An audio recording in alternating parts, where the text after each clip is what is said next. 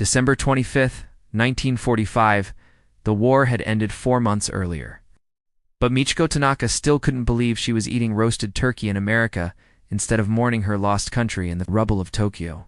Snow fell gently outside the mess hall windows at Fort McClellan, Alabama, where she and 47 other Japanese women sat in stunned silence, staring at plates piled high with food they'd only heard about in propaganda broadcasts, except the propaganda had called it wasteful decadence, not this warm, aromatic abundance that made her stomach growl despite her confusion. The women had been captured in the Philippines in February 1945, part of a civilian nursing corps attached to the Imperial Japanese Army's 14th Area Army. They'd expected execution, or at best, starvation and torture. Instead, they'd been transported across the Pacific Ocean to California, then by train to this sprawling military installation in the American South, where the treatment had been so bewildering that some women whispered it must be an elaborate psychological trick. Michiko had been 23 years old when she volunteered for overseas service. Believing the government's assurances that Japan was winning the war, that the Americans were barbaric demons who would defile and destroy everything they touched.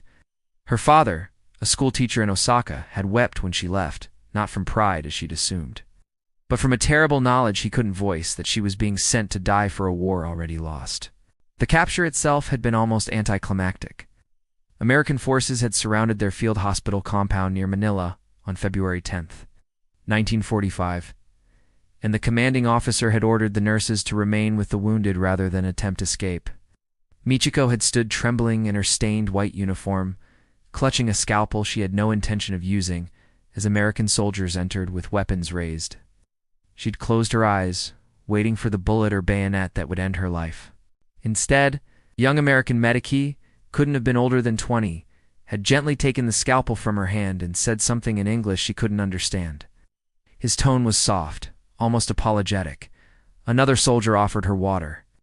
Within hours, they were being treated by American military doctors, their wounds cleaned and bandaged with supplies that seemed limitless compared to the desperately scarce resources they'd been rationing for months.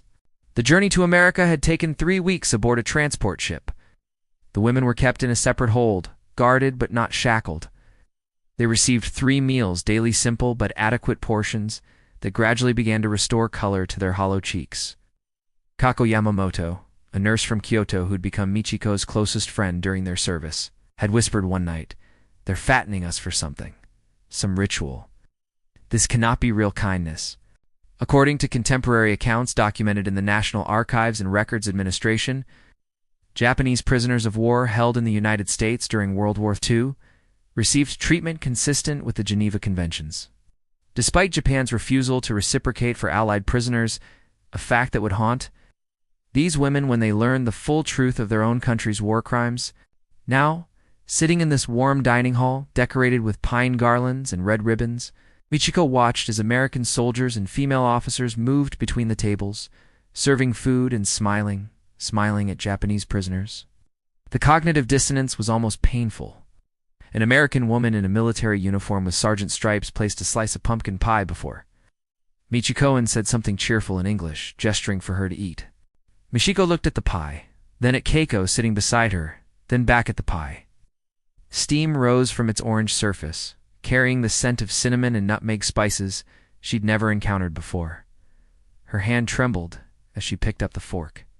Whatever was happening here, whatever psychological warfare this represented, she was too hungry to resist any longer. She took a bite, and despite herself, despite everything she'd been taught and everything she'd believed, her eyes filled with tears at the simple, devastating sweetness of it. The morning after Christmas, December 26th, 1945, Michiko woke in her barrack dormitory, still tasting the phantom sweetness of pumpkin pie on her tongue, still unable to reconcile her expectations of captivity with its bewildering reality. Outside, frost had transformed the Alabama landscape into something resembling a traditional Japanese ink painting all. Stark branches and white silence except for the presence of armed guards who nodded politely as the women made their way to the communal washroom. Captain Margaret Sullivan, the officer in charge of their section of the camp, had learned exactly 4 phrases in Japanese, which she deployed with enthusiastic incompetence that somehow made her less threatening. "Good morning, please eat. Are you sick? Don't worry." The last phrase. Shinpai shinny-eyed, came out sounding like Shinpai Shindai, which had caused Keiko to suppress a laugh the first time she'd heard it, a laugh that turned into a cough because laughing felt like a betrayal of everything they'd lost. Life in the prisoner compound settled into a routine that contradicted everything the women had been taught about American cruelty. They woke at 6 o'clock in the morning to the sound of bugles, attended roll call, then worked in various capacities, some in the camp laundry, others in the kitchens, a few with nursing experience in the base hospital under supervision. They received payment actual money, though worthless to them for their labor, which seemed absurd. Why pay prisoners? Fumiko Sato, the oldest among them at 42, had been a head nurse at a Tokyo hospital before the war. She approached their captivity with scientific detachment, taking mental notes on everything as though she were studying a foreign species. They waste an extraordinary amount, she observed one morning as they folded clean laundry. Do you see how they throw away perfectly good soap slivers? How they use fresh towels daily? The abundance here is? It's obscene, really. Or it would be if we weren't the beneficiaries of it. The camp housed other prisoners, two German and Italian. POWs in separate compounds, and gradually the Japanese women began to understand the scope of the war they'd been part of. American newspapers were sometimes left in their common room, those who could read. English began sharing fragments of information that painted a picture radically different from the one their government had drawn. Yuriko Nakamura, who'd studied English literature at Waseda University before volunteering as a nurse, became their unofficial translator and interpreter of American culture. She was the one who explained that Christmas was a Christian religious holiday, that the turkey dinner had been traditional rather than strategic, that the Americans had actually gone to extra effort to make them comfortable. They call it the American way, Yuriko explained, her voice uncertain, as if she herself didn't quite believe what she was saying. They believe in certain principles about human dignity, even for enemies. But why, Michiko had asked. We would have killed them if positions were reversed. We were trained to die rather than surrender. Yuriko had no answer to that. And the question hung in the air between them like smoke. In mid-January 1946, the women received permission to write letters, home-censored, of course, but actual communication with their families. Michiko sat before blank paper for 2 hours, trying to figure out what to say to parents who believed she was dead, trying to explain a captivity that defied explanation.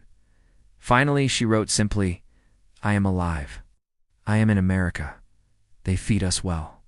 Please don't worry. She didn't mention that she was a prisoner, or that the country she'd been taught to hate was treating her better than her own military had during her final months in the Philippines. The psychological dissonance was beginning to crack something fundamental in their understanding of the world. These Americans, these supposed demons, were people. Fallible, sometimes awkward, occasionally frustrating people, but people nonetheless. Captain Sullivan had a photograph of her 2 children on her desk. The young corporal who supervised kitchen duty, a boy named Jimmy Kowalski from Pittsburgh, had lost his brother on Iwo Jima, but still managed to smile at the Japanese women and share his mother's cookie recipes through elaborate pantomime. Keiko said it first, late one night when they couldn't sleep. Everything they told us was a lie, wasn't it? Everything. Her voice was flat, emotionless, but Michiko heard the abyss beneath the words. If their government had lied about the Americans, what else had been lies? The divine mission, the necessity of the war, the glorious destiny of the empire. February brought news that would shatter their remaining illusions entirely. Yuriko translated an article from Life magazine that had been left in their common room, whether deliberately or accidentally, they never knew. The article detailed the Bataan Death March, the conditions in Japanese prisoner camps, the systematic brutality inflicted on Allied prisoners. The numbers were incomprehensible. Tens of thousands dead, deliberately starved, beaten, worked to death. Medical experiments. Slave labor. The women read in silence, passing the magazine between them with trembling hands. Fumiko, the head nurse, had to excuse herself and was found vomiting behind the barracks. These were atrocities committed by the very military they'd served, in the name of the very empire they'd believed was righteous. That night, several women wept. Others sat in stunned silence. Michiko felt as though the ground had opened beneath her feet and she was falling through darkness with nothing to catch her. If this was true and the evidence seemed overwhelming, then what were they? What had they been part of? The Americans' kindness suddenly made a terrible kind of sense. It was a rebuke, a living demonstration that humanity was possible even between enemies, which which made Japanese cruelty all the more inexcusable. "They're showing us who we were," Keiko whispered. "They're showing us through contrast." Michiko couldn't respond. She could only think of her father's tears when she'd left for war, and wonder if he'd somehow known what she would discover on the other side of that terrible conflict. March 15th, 1946, brought the first genuinely warm day of spring to Fort McClellan, and with it, an announcement that would fundamentally alter the trajectory of the 48 Japanese women held there. Captain Sullivan, standing before them in the common room with Yuriko translating, explained that they would be participating in a new program, Meducational. Classes designed to prepare them for eventual repatriation to Japan, whenever that became possible given the chaos of the occupation. The classes began the following Monday in a converted storage building that smelled of fresh paint and new textbooks. American teachers, mostly women.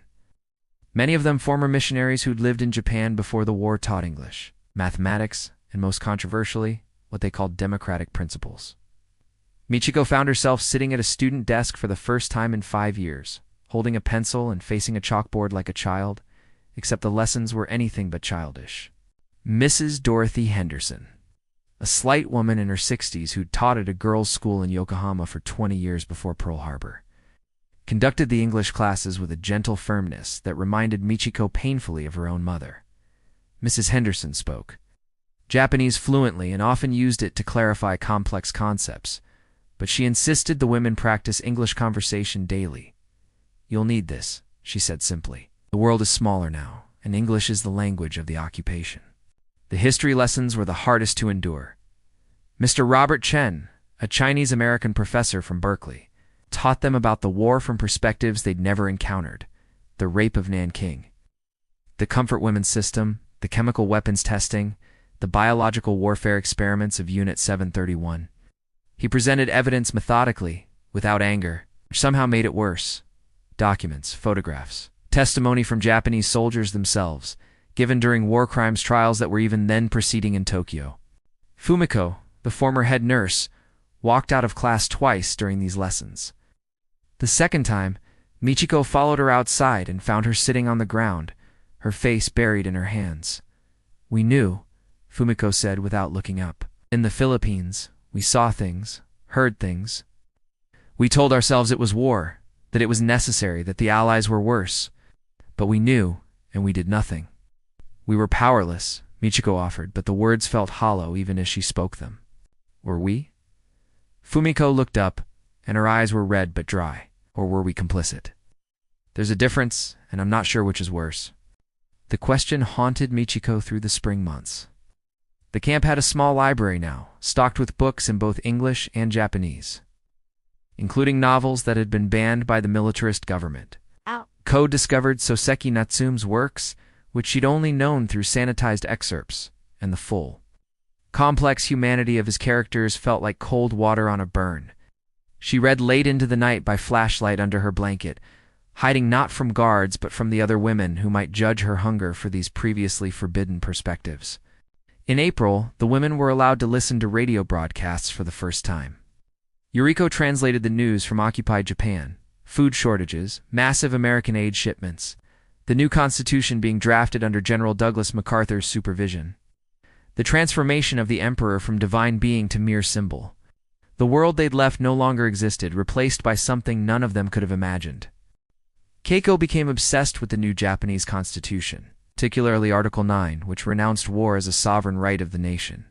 "They're forcing us to be peaceful," she said, her tone caught between resentment and relief.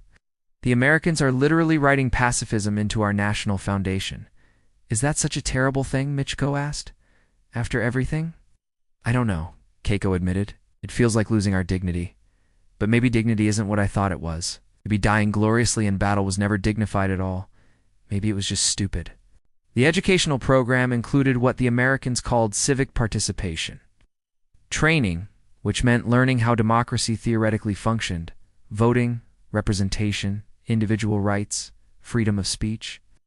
These concepts were as foreign to Michiko as the English language had been 6 months earlier. The idea that ordinary people could have a say in their government, that disagreeing with authority wasn't treasoning, rewired something fundamental in her thinking.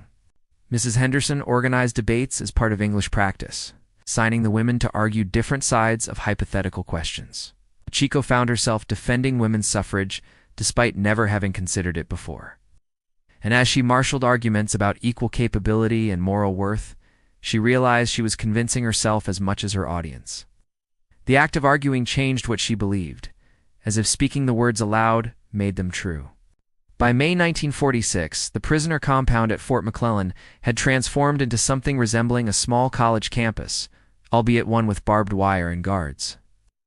The women held their own study groups in the evenings, practiced English conversation during meals, and gradually began to speak to each other about topics beyond immediate survival books they'd read. Ideas they were wrestling with, futures they might want to build.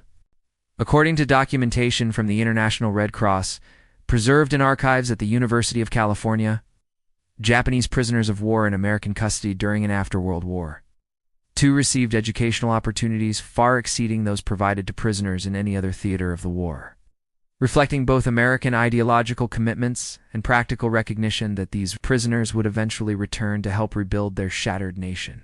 One evening in late May, Michiko sat outside the barracks watching the sunset paint the Alabama sky in shades of orange and purple that reminded her of persimmons ripening on trees back home. Captain Sullivan approached and sat beside her without speaking. A companionable silence that would have been unthinkable between captor and prisoner a year earlier. "Do you think," Michiko asked slowly in halting English, practicing the vocabulary she'd learned, "do you think people can change? Not just learn new things, but become different people?" Captain Sullivan considered the question seriously. "I think people contain multitudes," she said, then paused, realizing the phrase was too complex. She tried again. "I think you are not just one thing. You can be many things, different things, as you grow and learn." Michiko nodded, understanding only partially but grasping the essential meaning. She wasn't just a prisoner, wasn't just a former imperial nurse, wasn't just a Japanese woman or a student or a daughter missing her parents. She was all of those things simultaneously, and perhaps the person she would become hadn't been determined by her past after all. "Thank you," she said in English, and meant it for more than just the conversation, for the food and the safety and the confusing kindness and the education that was slowly, painfully reconstructing her understanding of the world. June 3rd, 1946 marked a turning point in Michiko's captivity when the first letters from Japan finally arrived after months of bureaucratic delays and occupation chaos. The distribution of mail occurred in the common room during the evening hours, and Captain Sullivan read names from envelopes with careful pronunciation, while the women sat rigid with anticipation and dread. Michiko received 2 letters, one from her mother, one from her younger brother Hiroshi, but nothing from her father. Her mother's handwriting was shakier than Michiko remembered. The characters formed with obvious effort on rough paper that felt like parchment beneath her fingers. The letter was dated March 20th, 1946, which meant it had taken nearly 3 months to reach Alabama. Michiko's hands trembled as she read, "My dear Michiko-chan, we thought you were dead. The military told us you were lost in the Philippines, and we held a funeral for you last July. Your father has not been the same since. When your first letter arrived saying you were alive in America, I could not believe it. I read it 10 times before I allowed myself to hope." Your father wept, but they were different tears than before. The letter continued with details of life in occupied Osaka, the American soldiers everywhere, the food shortages that had actually worsened after the war's end, the strange mixture of resentment and gratitude toward the occupiers who brought supplies and medicine, but also constant reminders of Japan's defeat. Her mother wrote carefully around certain subjects. Michiko could sense the censorship, both self-imposed and actual, in what wasn't said. Then came the paragraph that made Michiko's breath catch. Your father's school was closed by the occupation authorities. They said his textbooks contained militarist propaganda, which I suppose they did because all textbooks did. He is not taught since October. He sits in his study mostly, reading books the Americans have approved. He asked me to tell you he is sorry. He said you would understand what he means, though I do not. Michiko understood perfectly.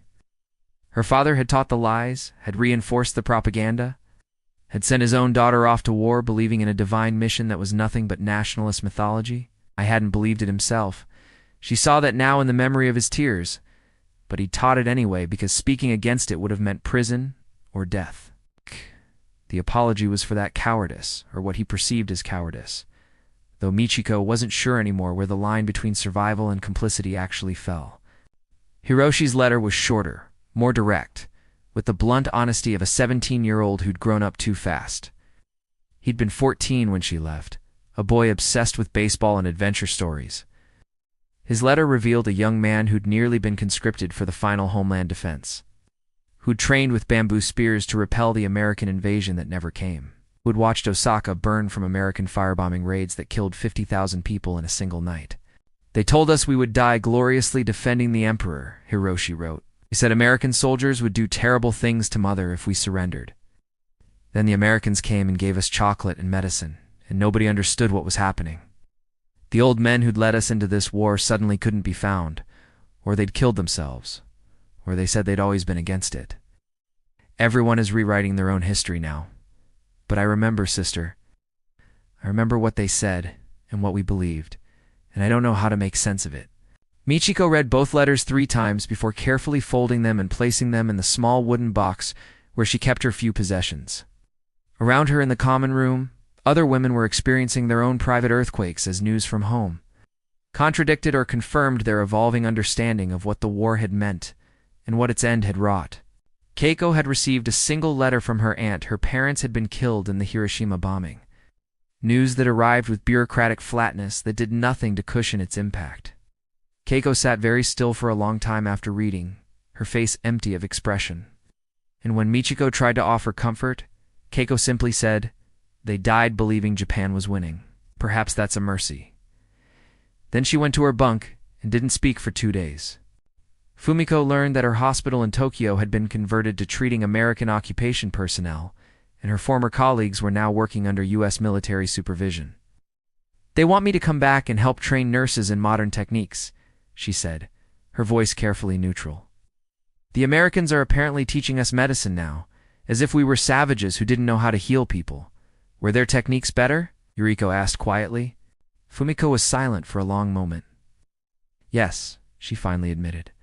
"From what I've seen here, yes. Their antibiotics, their surgical protocols, their understanding of infection control, it's years ahead of what we had. Decades, perhaps. Which means how many Japanese soldiers died from treatable infections because our medicine was inferior? How many?" The question hung in the air like an accusation with no clear target. The letters continued arriving throughout June and July, creating a mosaic of post-war Japan that was chaotic, humiliating, grateful, resentful, and slowly rebuilding from ashes. Women learned of destroyed homes, dead relatives, transformed cities, and a society struggling to understand what had happened to it. The mythology of the divine empire had shattered, revealing beneath it a nation of ordinary people who'd been manipulated by leaders who'd long since fled accountability. Mrs. Henderson organized group discussions about the letters during English class, using them as material for translation practice, but also as collective therapy for trauma. None of them had words to adequately express what you're experiencing, she said gently. Americans call cognitive dissonance. It's the mental discomfort of holding 2 contradictory beliefs simultaneously. You were taught Japan was righteous and winning. You now know Japan was cruel and lost. Both cannot be true, but both feel true because you lived them as true. Reconciling this is the work of healing, and it takes time. Michiko began writing letters back. Long letters to her father that she labored over for hours, trying to find words to bridge the chasm between who she'd been and who she was becoming. She told him about the classes, about learning democratic principles, about reading Saseki without censorship, about the strange kindness of her captors that had forced her to reconsider everything she thought she knew about. Enemies and allies, cruelty and mercy. She didn't know if her father would receive these letters, or if they would make it through the censors on both the American and Japanese sides. She wrote them anyway, because the act of writing was itself a form of reconstruction, building a new self from the ruins of the old one, word by careful word. In late July, news arrived that the war crimes trials in Tokyo had convicted several high-ranking military officials, some of whom would be executed. The women listened to this news in complicated silence. Justice, perhaps, but justice that came too late for the millions already dead. And justice that would never fully account for the diffuse complicity of an entire society that had allowed, enabled, or actively supported the militarist agenda. We were all guilty, Fumiko said that evening. Some more than others, some more directly than others, but all of us who served, who stayed silent, who believed even partially we all carry some responsibility. The question is what we do with that responsibility now. Michiko had no answer. But she was beginning to understand that living with the question might be more honest than any easy answer could ever be. August 7th, 1946, the first anniversary of the Hiroshima bombing, passed in heavy silence at Fort McClellan. Though the American staff made no mention of the date and carried on with normal routines, the Japanese women knew, of course, and they processed the anniversary in different ways. Some with quiet meditation, others with suppressed anger, a few with guilty relief that the bombing had ended the war before they'd been killed in the Philippines, or forced to participate in the planned homeland defense that would have been a slaughter on both sides. Michiko spent the day thinking about Keiko's parents, vaporized in an instant by a weapon that had seemed like something from science fiction when they'd first heard about it, and about the terrible mathematics of war that weighed tens of thousands of civilian deaths in Hiroshima and Nagasaki, against the hundreds of thousands or millions who might have died in an invasion of Japan. There were no good answers, only varying degrees of catastrophe, and she was beginning to understand that moral clarity was a luxury that rarely survived contact with historical reality. The educational programs at the camp intensified during the late summer months. The women were now receiving instruction in practical skills typing, bookkeeping, administrative procedures that would theoretically help them find employment when they eventually returned to Japan. Captain Sullivan explained through Yuriko that the occupation authorities wanted educated Japanese women to help rebuild civil society, though exactly when repatriation would occur remained unclear given the chaos of post-war transportation and the complicated politics of occupation.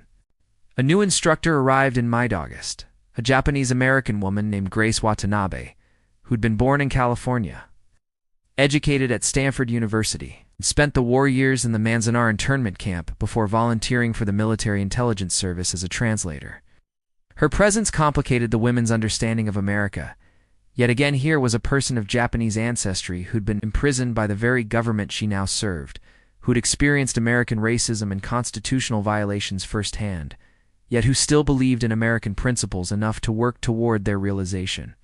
"I'm not going to tell you America is perfect," Grace said during her first class, speaking Japanese with an interesting California accent. "It's not. My family lost everything, our farm, our home, our savings, because we looked like the enemy, even though we were citizens.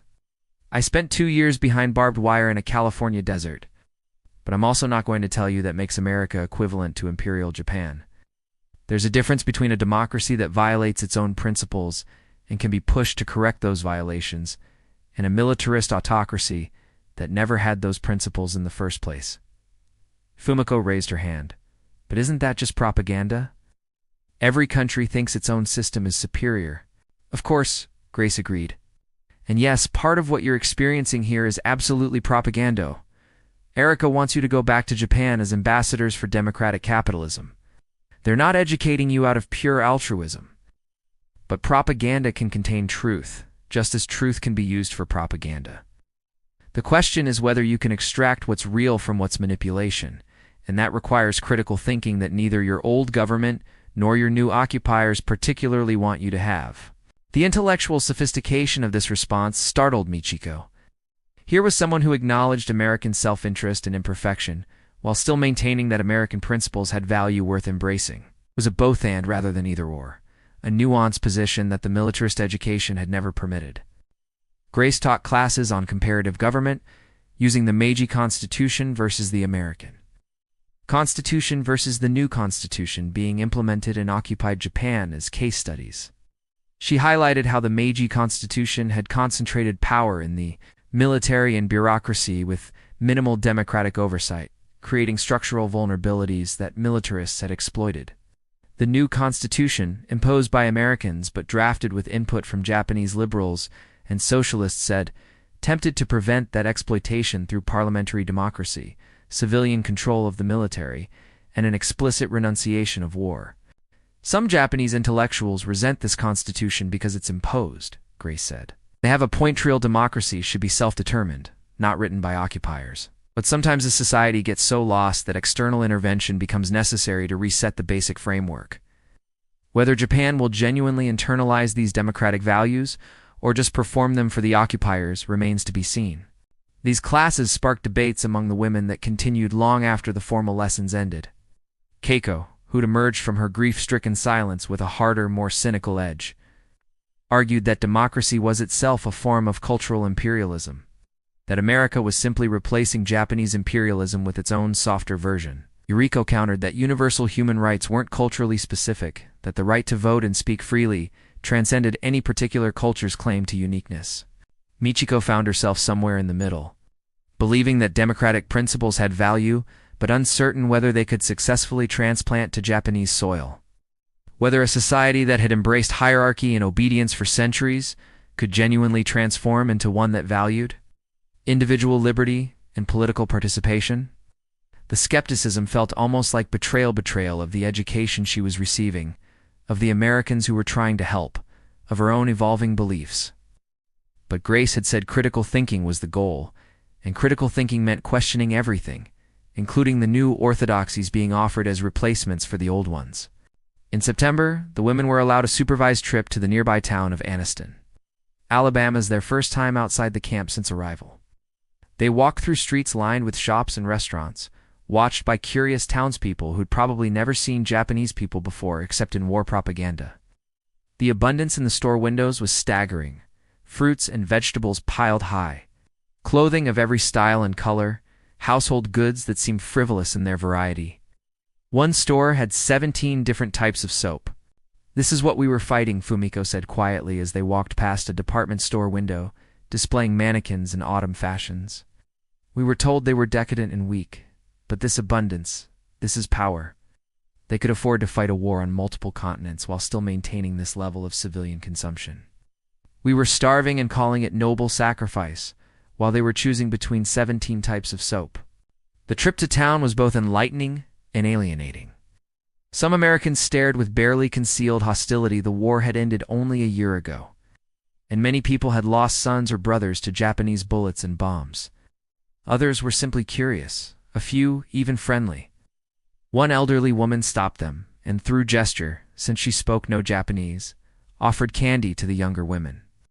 The candy was accepted with hesitant gratitude, and Michiko couldn't help but think of all the propaganda about American barbarism, compared against this grandmother offering sweets to enemy prisoners, as though they were simply young people far from home.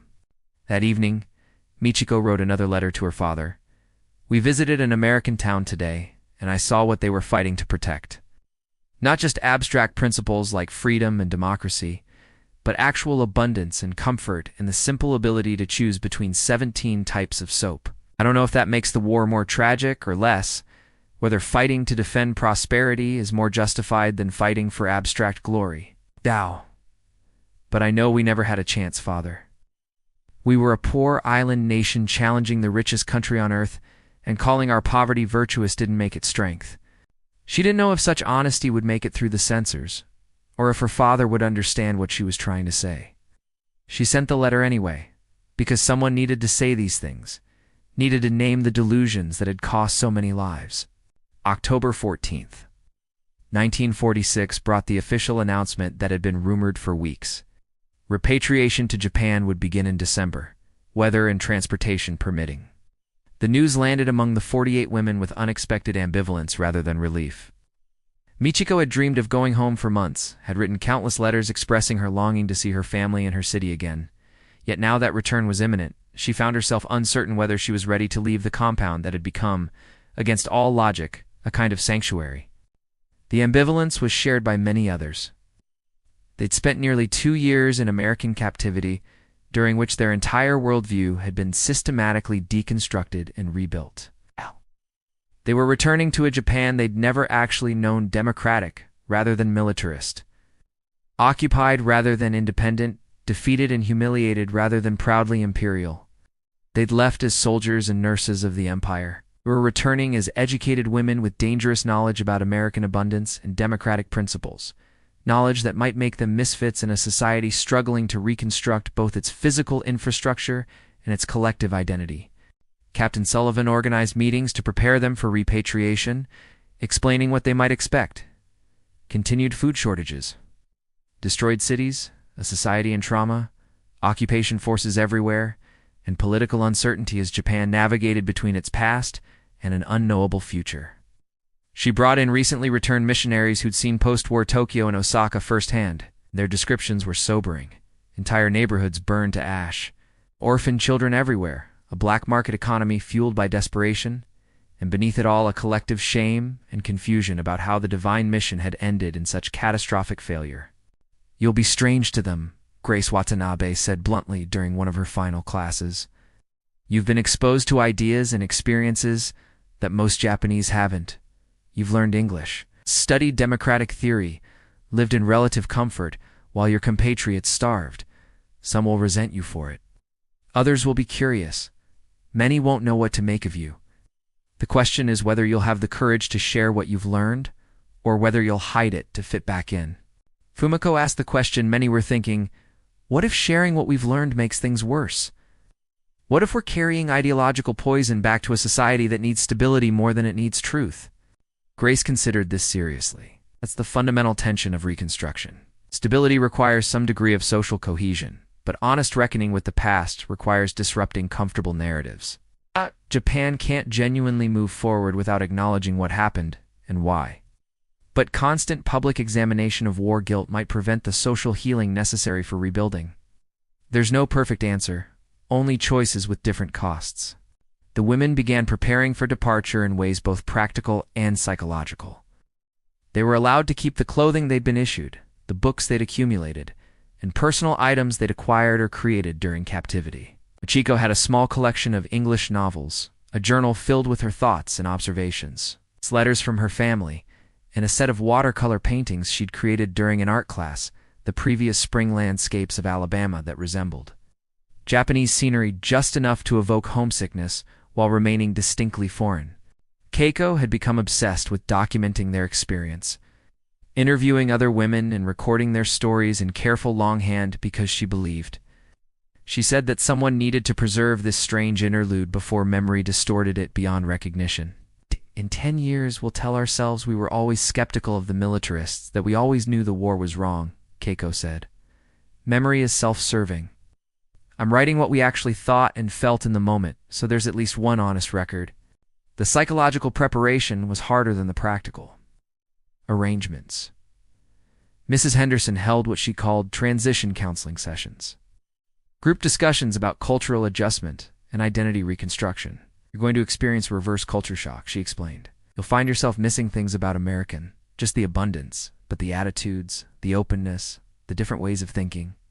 You might catch yourself criticizing Japanese customs you once took for granted. This is normal, but it can be isolating if you don't have people who understand what you've been through." The women made pacts to stay in contact after repatriation, exchanging home addresses and promising to write regularly. They formed a kind of informal society, bound by shared experience that no one else in Japan would fully understand. Michiko, Keiko, Fumiko, and Yuriko became particularly close during these final months, spending evenings talking about their hopes and fears for return, their dreams of what they might contribute to Japan's reconstruction, their anxieties about whether anyone would want contributions from former military nurses who'd been imprisoned and educated by the enemy. According to records maintained by the Supreme Commander for the Allied Powers and archived at the MacArthur Memorial in Norfolk, Virginia, Japanese prisoners of war returning from American custody frequently experienced significant reintegration difficulties, due to both the stigma of surrender and the cultural changes they'd undergone during captivity, creating what occupation authorities termed reverse acculturation stress. In early November, a Japanese official from the occupation government visited Fort McClellan to interview the women about their experiences and assess their readiness for repatriation. Mr. Takeshi Hamada was a career diplomat who'd spent the war years in neutral Switzerland and returned to help with reconstruction. He spoke to them in Japanese, but with an international polish that marked him as someone who'd lived between cultures for years. "The Japan you're returning to needs educated women," he told them during a group meeting. "We're implementing universal suffrage. Women will vote for the first time in our history. We need nurses, teachers, administrators. People who can bridge Japanese traditions and modern democratic practices. What you've learned here, as uncomfortable as it may have been to learn it, makes you valuable for rebuilding our country." Privately, he was more candid. When Michiko asked whether former military personnel faced persecution or discrimination, he sighed. "It's complicated. The occupation is conducting war crimes trials, and there's enormous pressure to identify and punish those responsible for atrocities. But there's also a recognition that millions of ordinary Japanese were swept along by militarist propaganda and shouldn't be held to the same standard as the leadership. You were nurses. You were captured rather than committing suicide as you'd been trained to do, and you cooperated with your captors. Some will see that as pragmatic survival, others as shameful surrender. You'll have to navigate that ambiguity." "And if we speak about what we've learned here?" Yuriko asked. "About democracy, about American systems, about the lies we were told." Mr. Yamada smiled wryly. "Then you'll be simultaneously useful to the occupation authorities who want to spread democratic values, and suspicious to Japanese traditionalists who resist foreign influence, and interesting to ordinary people who are confused and looking for guidance. In other words, you'll be controversial, which in the current moment might be exactly what Japan needs, even if it's uncomfortable for you personally." The final weeks at Fort McClellan took on a bittersweet quality. The women found themselves noticing and appreciating small things they'd taken for granted: the abundance of hot water, the electric lighting, the quality of the food, the relative freedom of movement within the compound. They'd spent nearly 2 years complaining about restrictions in captivity. Yet now that departure was imminent, they recognized how much worse things could have been, how much better they'd been treated than they'd had any right to expect. Captain Sullivan organized a farewell dinner on December 7th, 1946, exactly 5 years after Pearl Harbor, though no one mentioned that particular irony. The dining hall was decorated with both American and Japanese decorations, a cultural fusion that would have been unthinkable during the war. American officers and staff who'd worked with the women attended, and there were speeches through translation about mutual understanding and hopes for future peace between former enemies. Grace Watanabe gave the most memorable speech, speaking in Japanese. "You came here as enemies and prisoners. You're leaving as educated women who've seen both the best and worst of 2 different societies. You carry knowledge that's valuable precisely because it's uncomfortable knowledge that your own country was capable of terrible cruelty, but also that your enemies were capable of unexpected mercy. Knowledge that no culture has a monopoly on virtue or vice, that humans everywhere are capable of both nobility and atrocity, depending on their systems and circumstances. This knowledge is a burden, but it's also a gift. What you do with it will help determine what kind of country Japan becomes." Michiko stood to respond on behalf of the women, her English now fluent enough for a short speech. "When we came here, we thought we knew who we were. We were nurses of the empire, prepared to die for Japan, certain of our righteousness. You destroyed that certainty, not with cruelty as we expected, but with kindness that forced us to reconsider everything we believed. This has been painful, more painful than physical punishment might have been. Because you didn't just confine our bodies, you liberated and disturbed our minds. We don't know yet what we will do with this liberation, but we know we cannot go back to who we were. We can only go forward to who we might become. For that gift, which didn't feel like a gift at the time, we thank you." That night, lying in her bunk for one of the last times, Michiko thought about the multiple meanings of liberation.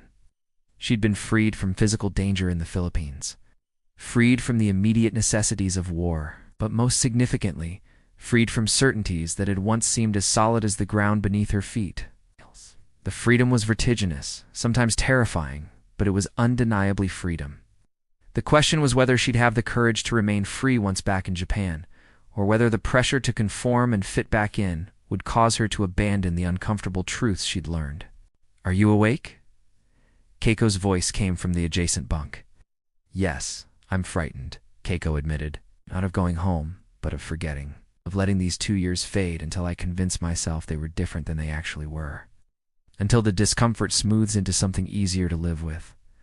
Then we'll remind each other, Michiko said. That's why we're staying in contact. We'll be each other's witnesses to what really happened, to who we really were, and what we really learned.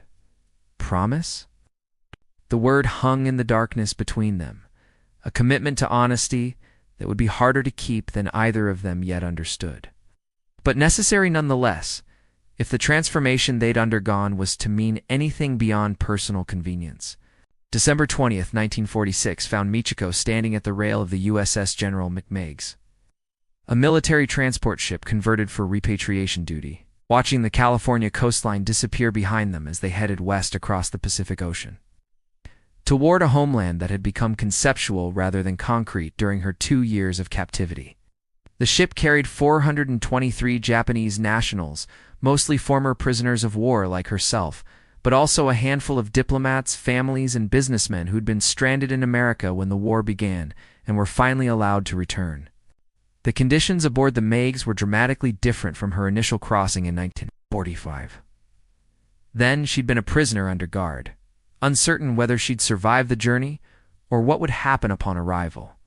Now, she was technically a free person being repatriated, though the distinction between prisoner and passenger seemed semantic, given that none of them had chosen the timing or terms of their return. Still, they slept in actual cabins rather than holds, ate in a designated mess hall rather than from rations handed through bars, and moved freely around certain sections of the ship during designated hours. The demographics of the returning Japanese revealed the war's strange displacements. Elderly couples who'd emigrated to America decades earlier and now returned to die in their homeland. Despite having no remaining connections there, young men who'd been students at American universities when Pearl Harbor made them enemy aliens. Women like herself who'd been captured in various Pacific theaters, and children who'd been born in internment camps and were being sent to a Japan they'd never seen to live with relatives they'd never met. Each carried their own complicated relationship to the countries they were leaving and returning to. Michiko shared a cabin with Keiko Yuriko, a young woman named Sachiko who'd spent the war years in the Tule Lake internment camp in California after her family refused to sign a loyalty oath to the United States. Sachiko was 19 years old, born in Sacramento, spoke Japanese with an American accent, and was being repatriated to a country she'd never lived in because her parents had chosen renunciation of their American citizenship over what they saw as collaboration with a government that had imprisoned them without trial or cause. "I don't know anything about Japan, except what my parents told me," Sachiko admitted the first night at sea, her voice carrying both resentment and fear. "I'm American, but America didn't want me because I looked like the enemy. I'm going to Japan, but I'll be foreign there. To a Nisei who can't read kanji fluently, who thinks in English, who doesn't know the customs. I don't belong anywhere." Her situation was different from Michiko's, yet parallel in its displacement and ambiguity. They were all people caught between countries, between identities, between versions of themselves that no longer quite fit the circumstances they found themselves in. The ship became a floating space of transition, neither American nor Japanese, but something in between. A liminal zone where everyone was temporarily suspended from having to perform any particular national identity. The ocean crossing took 18 days, during which time the returning Japanese formed their own small society aboard ship. Groups organized language classes, some teaching English to those who'd never learned it, others teaching or refreshing Japanese literacy for Nisei children who'd grown up speaking Japanese at home but reading English in school. Michiko found herself teaching English conversation practice to a group of older men who'd spent the war in labor camps and believed, probably correctly, that English proficiency would help them navigate occupied Japan. Fumiko organized informal medical training sessions, teaching basic hygiene and first aid to women who'd likely need such skills given the destroyed infrastructure and medical shortages they'd be returning to. "We can't control the large circumstances," Fumiko said, "but we can prepare for the practical realities. Japan will need every bit of medical knowledge and skill we can provide." The ship's small library contained both Japanese and English books, and Michiko spent hours reading accounts of the occupation published in American newspapers and magazines that the ship's crew shared. She learned about the food shortages that had actually worsened in 1946 despite American aid, about the inflation that had made the yen nearly worthless, about the political struggles between Japanese conservatives who wanted to preserve imperial traditions and progressives who saw the occupation as an opportunity for radical reform. She read about the war crimes trials with a mixture of satisfaction that justice was being pursued and unease about victors judging the vanquished. One article from the New York Times, dated September 1946, described the new Japanese Constitution's Article 9 in detail, quoting Japanese politicians both praising and condemning the renunciation of military force. Michiko cut out the article carefully and pasted it in her journal, adding her own commentary. Perhaps a nation that used military force so catastrophically should be forced to renounce it. Perhaps that's not humiliation, but wisdom. Or perhaps it's both, simultaneously humiliating wisdom that we had to learn through defeat rather than insight. Christmas Day, 1946, arrived while they were mid-Pacific, and the American crew organized a small celebration that felt surreal given the circumstances. They were enemy nationals being returned to their country. Yet the crew served them turkey sandwiches and played Christmas music over the ship's intercom system. The cultural confusion of the moment celebrating a Christian holiday she'd just learned about the previous year, aboard an American military vessel, while traveling toward a Buddhist homeland that had just been forcibly demilitarized, seemed to encapsulate everything about her current existence. "Everything is layers now," Keiko observed as they stood on deck that evening, watching the sun set over an ocean that looked the same in every direction, offering no hints about which continent lay behind them and which ahead. "We used to live in a world of clear categories: enemy and ally, right and wrong, Japanese and foreign. Everything is layered. We're Japanese but educated in American ideas. We were soldiers but became students. We're returning home, but home isn't what we left. I don't know how to think in the old categories anymore." "Maybe that's good," Yuriko suggested. "Maybe the old categories were always false simplifications.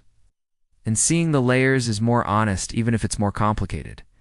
Michiko wasn't sure whether it was good or not, but it was certainly irreversible. They couldn't unknow what they'd learned, couldn't unsee what they'd seen. The 2 years at Fort McClellan had changed something fundamental in how they processed information and understood the world. Whether that would make them more or less able to function in post-war Japan remained an open question. As they approached Japanese waters in early January 1947, the atmosphere aboard ship shifted from suspended animation to anxious anticipation. People began talking about specific plans: who they'd contact first, where they'd try to live, what kind of work they'd seek. The abstract return to Japan was becoming concrete arrival in Yokohama on January 5th, and the specificity brought both excitement and dread. Michiko received one final letter from her father, forwarded to the ship through military postal channels. It was brief, written in his precise schoolteacher's hand. "My dear daughter, your letters have challenged me greatly. You write honestly about difficult things, which is more than I managed during the war years, when honesty might have saved lives, but would have cost my own. I am proud of your courage and ashamed of my cowardice, though I'm old enough to know that courage and cowardice are themselves simplified categories, insufficient to capture the complexity of choices made under impossible circumstances. Come home safely. We will try to understand this new world together." The letter made Michiko cry for the first time since leaving Fort McClellan, not sad tears exactly, but tears of release, of recognition, of complicated love for a flawed parent who was trying, despite his failures, to be honest about those failures. She folded the letter carefully and placed it with the others. Paper trail of transformation from certainty to doubt to provisional understanding. On the night of January 4th, 1947, Michiko slept poorly. Her dreams fragmenting into disjointed images, her mother's face merged with Captain Sullivan's, her father teaching in a classroom that became the Fort McClellan mess hall, cherry blossoms falling on Alabama landscapes. She woke before dawn and went on deck to watch the sunrise. And there, in the gray pre-dawn light, she saw it, the distinctive silhouette of Mount Fuji, still distant but unmistakable, rising above the horizon like a benediction or a challenge, or perhaps both simultaneously. Japan. Home. The word carried so much weight, so many contradictory meanings. She was returning, but what she was returning to remained uncertain, and who she was returning as was perhaps even more uncertain. The only thing she knew for sure was that the girl who'd left in 1943 was gone forever, replaced by someone more complicated, more aware, more burdened with uncomfortable knowledge, but possibly more capable of contributing to whatever Japan was becoming. Behind her, she heard footsteps, and Keiko joined her at the rail. They stood together in silence, watching the mountain grow more distinct as the ship carried them west toward whatever came next. January 5th, 1947, the USS General McMeigs entered Yokohama Harbor under gray winter skies that seemed appropriate for the complicated homecoming unfolding on its decks. Michiko stood with hundreds of other returning Japanese at the ship's rails, staring at a coastline that was simultaneously familiar and alien, recognizable in its basic geography, but transformed utterly by war's destruction and occupation's reconstruction. Your waterfront. She remembered from pre-war photographs her mother had visited the port city once and brought back pictures had been replaced by a landscape of rubble, temporary structures, and the omnipresent American military infrastructure that now defined occupied Japan. The disembarkation process was bureaucratic and slow, involving documentation checks, health inspections, and processing by both American occupation authorities and Japanese officials working under occupation supervision. The returning Japanese were divided into groups based on their final destinations and circumstances, with former prisoners of war like Michiko receiving special processing that included interviews about their captivity experiences and assessments of their democratic education, as the Americans termed it. A young American lieutenant named Morrison conducted Michiko's interview in English, with a Japanese-American translator present to ensure accuracy. "How would you characterize your treatment during captivity?" he asked, pencil poised over a form that would presumably become part of some statistical report about POW management and repatriation outcomes. "I was treated well," Michiko answered honestly in English, wanting to demonstrate the language skills she'd acquired. "It's better than I expected. Better than I deserved, perhaps, given what I later learned about how our military treated prisoners." Lieutenant Morrison looked up from his form, something shifting in his expression. "That's an unusual answer. Most returnees say they were treated adequately or according to regulations. You're the first to introduce moral comparison." "I spent 2 years learning to think comparatively," Michiko said, "to see multiple perspectives simultaneously. Isn't that what the educational programs were designed to accomplish?" The lieutenant smiled slightly. "Theoretically, yes. Whether it actually worked is what we're trying to determine." "Do you intend to promote democratic values in Japan?" It was the kind of leading question that Michiko had learned to recognize during her months of education, a question designed to elicit a particular answer for bureaucratic or propaganda purposes. She considered giving that expected answer, then decided honesty served her better. "I intend to think for myself and speak truthfully about what I've learned and observed. If that promotes democratic values, then yes. If it sometimes complicates democratic narratives by introducing context or criticism, then I'll do that too." Critical thinking was part of the education, wasn't it? Lieutenant Morrison actually laughed. "You're either going to be a model success or a perfect example of unintended consequences. Good luck, Miss Tanaka. Japan needs people who think for themselves, even if that sometimes makes things complicated for both the occupation and Japanese traditionalists." The processing completed by late afternoon, Michiko and her companions from Fort McClellan were released into occupied Yokohama with permission to travel to their home cities. They emerged from the processing center into a Japan that existed in multiple time periods simultaneously. Traditional wooden buildings that had survived the bombing standing next to modern, temporary American structures. Women in kimonos walking past jeeps full of American soldiers. Signs in Japanese and English advertising everything from traditional crafts to American goods sold through the occupation's official channels. The group stayed together that first night in a temporary hostel established for repatriates, none of them quite ready to complete their journeys home. They sat together in a common room that evening, processing the overwhelming experience of actually being back in Japan after 2 years of anticipation and anxiety. Around them, other returned Japanese spoke in hushed voices about destroyed hometowns, missing family members, the strangeness of occupation, and the impossible task of resuming lives that had been shattered by war and defeat. "It's exactly what we were told to expect, and nothing like I expected," Fumiko said quietly. "The physical destruction we knew about, but the psychological atmosphere, this mixture of shame and relief and uncertainty, don't think anyone could have prepared us for how that actually feels." Yuriko had managed to contact her family in Tokyo by telephone, an infrastructure miracle that highlighted how American occupation had actually improved some services even while Japan remained materially devastated. Her relatives would meet her at Tokyo Station the next day. "My uncle said the Americans are everywhere but not cruel," she reported.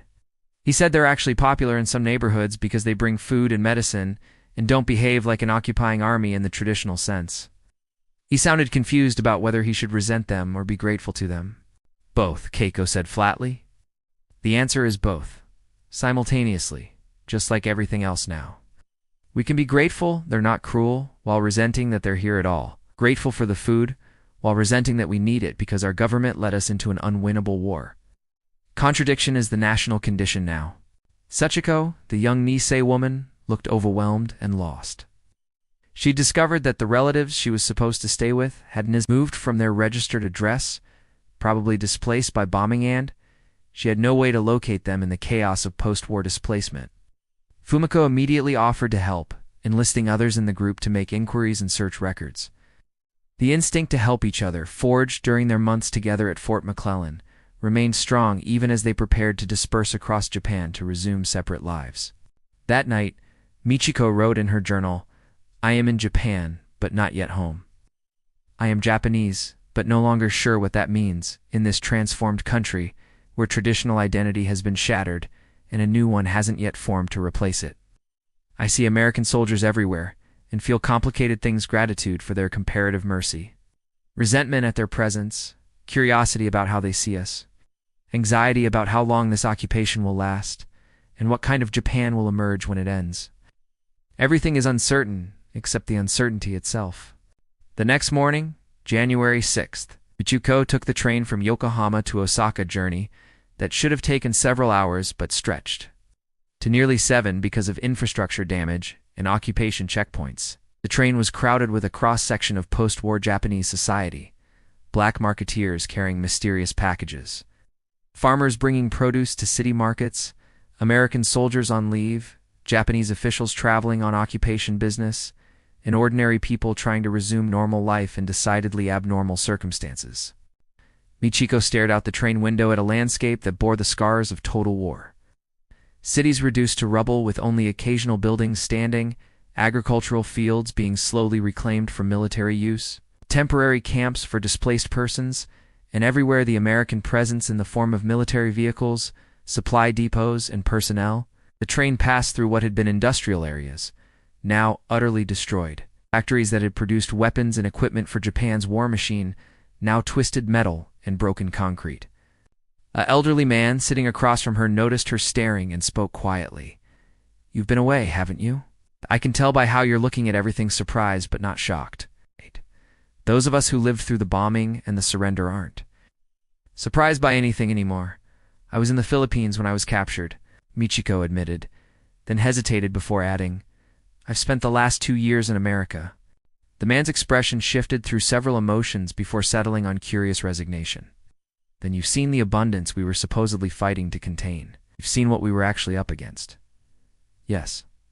Was it worth it? The comparative mercy they're showing us now? Does it justify the occupation, the defeat, the humiliation?"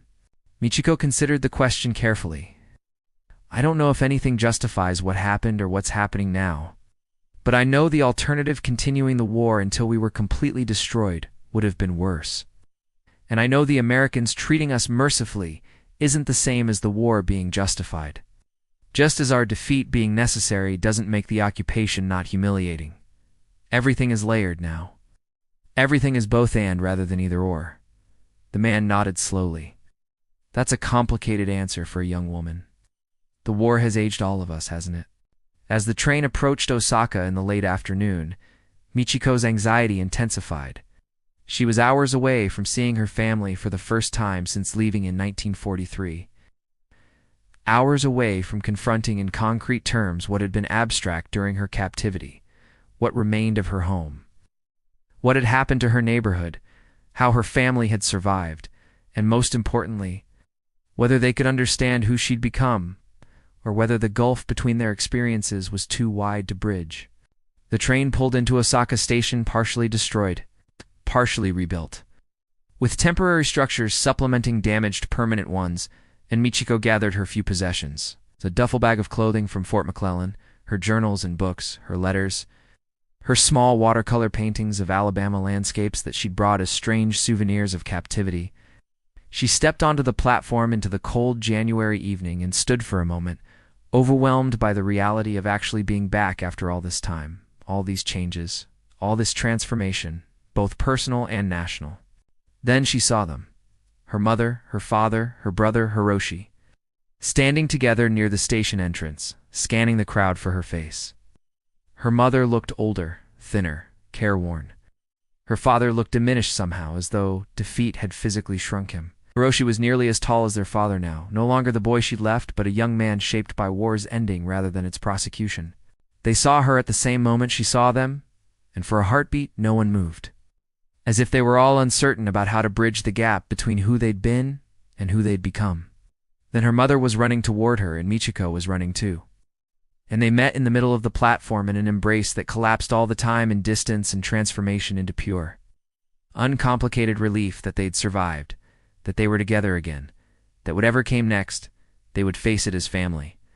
January 7th, 1947 began with Michiko waking in her childhood bedroom, or rather, in the room that had once been her childhood bedroom before. American firebombing had destroyed their house, and her family had rebuilt a smaller structure on the same plot using salvaged materials and occupation assistance. The new room was perhaps half the size of the original, with walls of mixed materials creating a patchwork effect that perfectly symbolized post-war reconstruction. Traditional Japanese elements combined with American lumber, elegant necessity, married to pragmatic improvisation. Through the thin walls, she could hear her mother already up and preparing breakfast. The familiar sounds of domestic routine, providing continuity despite all the discontinuities surrounding them. Michiko lay still for a moment, registering the strangeness of being in a familiar place that was no longer familiar. Sleeping in a bed that resembled but wasn't the same as her childhood bed. In a house that occupied the same location but wasn't the same structure as the home she'd left nearly 4 years earlier. Her reunion with her family the previous evening had been intense and awkward by turns. Her mother had cried, her father had been quiet and formal, Hiroshi had stared at her as though she were a ghost made flesh. They'd eaten a simple dinner of rice and pickled vegetables with a small amount of fish that her mother apologized for repeatedly. Unable to grasp that Michiko had spent 2 years eating American military rations that made this simple Japanese meal seem like exactly what she'd been dreaming of. The conversation had been stilted, circling around important topics without quite landing on them. Her mother wanted to know if she'd been hurt or mistreated. Her father wanted to know about the educational programs. Hiroshi wanted to know about America itself, what it looked like, how it felt, whether the abundance was real or propaganda. Go had answered as honestly as she could, while recognizing that full honesty about her transformation would take time, that she couldn't simply announce over dinner that everything they'd believed had been lies, and everything they'd been taught was propaganda. Now, joining her family for breakfast in their small, reconstructed kitchen, Michiko began to understand the practical challenges of reintegration. Her mother served miso soup and rice, apologizing again for the meager portions even though they were actually adequate. "We get rations from the Americans," her mother explained, "and your father's pension was restored last month, so we're managing better than many families. But it's still nothing like before the war." Before the war was already becoming the standard reference point, the baseline against which everything else was measured.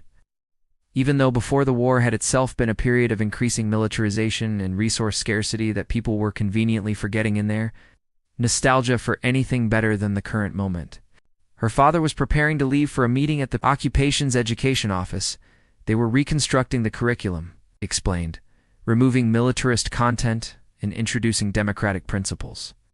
And they wanted input from experienced teachers, even those who'd taught under the previous system, especially those of us who collaborated, he added quietly, the word collaborated, carrying all the weight of his guilt and complicity. They want us to help create something better, to prove that change is possible even for those of us who failed to resist before. After her parents left her mother to stand in a ration line, her father to his meeting, Michiko and Hiroshi sat together in the small living area, surrounded by the material evidence of post-war scarcity. Hiroshi had grown tall and lean in the hungry years, his face more angular than she remembered, his eyes carrying a wary intelligence that came from surviving the war's end as a teenager on the edge of conscription. "Tell me the truth," Hiroshi said without preamble, "not the careful version you're giving mother and father. What's America actually like?" Michiko considered her answer carefully. "It's abundant in ways that make our poverty obscene. They have so much food, so many goods, such infrastructure that they could fight a global war while maintaining civilian comfort that we can't achieve even in peacetime. The wealth gap isn't just economic, while it's civilizational. We were fighting a country that operates on a completely different level of material development. Hiroshi nodded slowly. I suspected that. When the Americans arrived and started distributing supplies, the sheer quantity made it obvious we'd never had a chance. But were they cruel? Did they humiliate you? No, Michiko said honestly. That's what made it so disorienting. They treated us according to rules, fed us, educated us, prepared us to return and participate in rebuilding democratic Japan. The cruelty would have been easier to process than the kindness, because kindness complicated everything we'd been taught about them being demons. And now? What do you believe now? It was the essential question, and Michiko was still working toward an adequate answer. I believe systems matter more than national character. I believe Japan's militarist system made cruelty systemic and inevitable. While America's democratic system, imperfect as it is, created structures that prevented or limited equivalent cruelty. I believe we were lied to comprehensively about the nature of the war, about our chances of winning, about the righteousness of our cause. And I believe the humiliation of occupation might be necessary medicine for the sickness of militarism, even though medicine doesn't stop being bitter just because it's necessary. Hiroshi was quiet for a long moment. Those are dangerous thoughts. If you speak them publicly, some people will call you a traitor or a collaborator. The nationalists are already organizing, already claiming the occupation is an unjust imposition that should be resisted. What do you think? I think I'm relieved the war ended when it did, before they put a bamboo spear in my hand and sent me to die uselessly defending a homeland that was already lost. I think the Emperor's radio broadcast announcing surrender was the first honest thing the government told us in years. And even that wasn't fully honest. They called it enduring the unendurable. Rather than we lost catastrophically because we started a war we could never win. But I also think the occupation is humiliating, and I resent needing American charity to eat adequately, and I don't know how to hold both those thoughts simultaneously without feeling like I'm betraying something. You hold them by accepting that reality is complicated, Michiko said. That's what I learned in America, not just democracy or English or the details of their abundance. But that rigid either-or thinking is itself a kind of lie. The truth is almost always both and. Layers of contradictory facts that can all be simultaneously true. Over the following weeks, Michiko began navigating the practical challenges of post-war life in Osaka. She registered with occupation authorities, obtained her repatriation documents, and started looking for work. Her nursing certification was still valid, and the desperate shortage of medical personnel meant she received multiple offers almost immediately. She chose to work at Osaka Municipal Hospital, which was operating under a combination of Japanese administration and American oversight, treating both Japanese civilians and occupation personnel. The hospital work was familiar yet strange.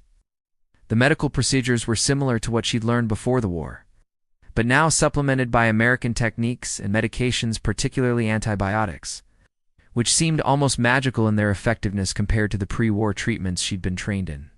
She worked alongside Japanese nurses and doctors who'd spent the war in Japan, and the cultural gap between her experience and theirs became immediately apparent.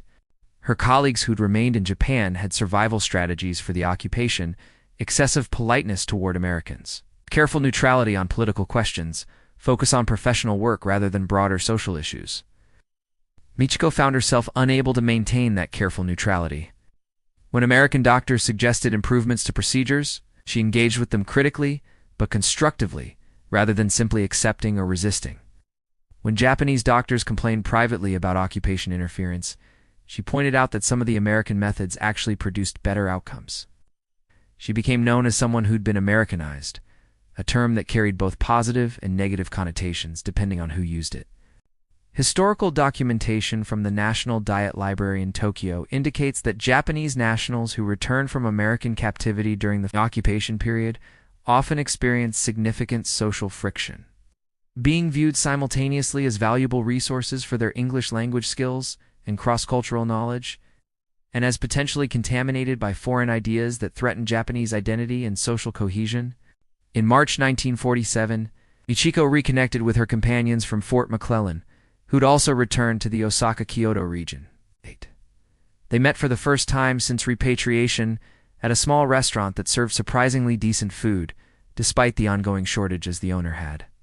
Connections to the American military supply network, which was simultaneously helpful and morally complicated. Participating in black market economics that technically violated both Japanese and occupation regulations. Keiko had found work teaching English at a school being reformed under occupation guidelines.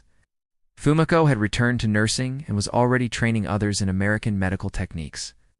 Yuriko was working as a translator for the occupation authorities, a position that paid well but subjected her to accusations of collaboration from more nationalist-minded Japanese.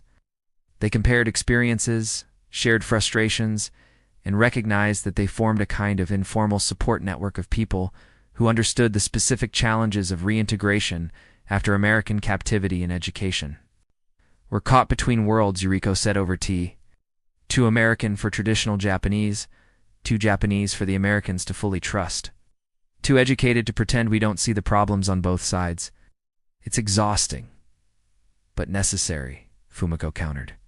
"Someone has to bridge these worlds, to translate not just language but culture and ideas.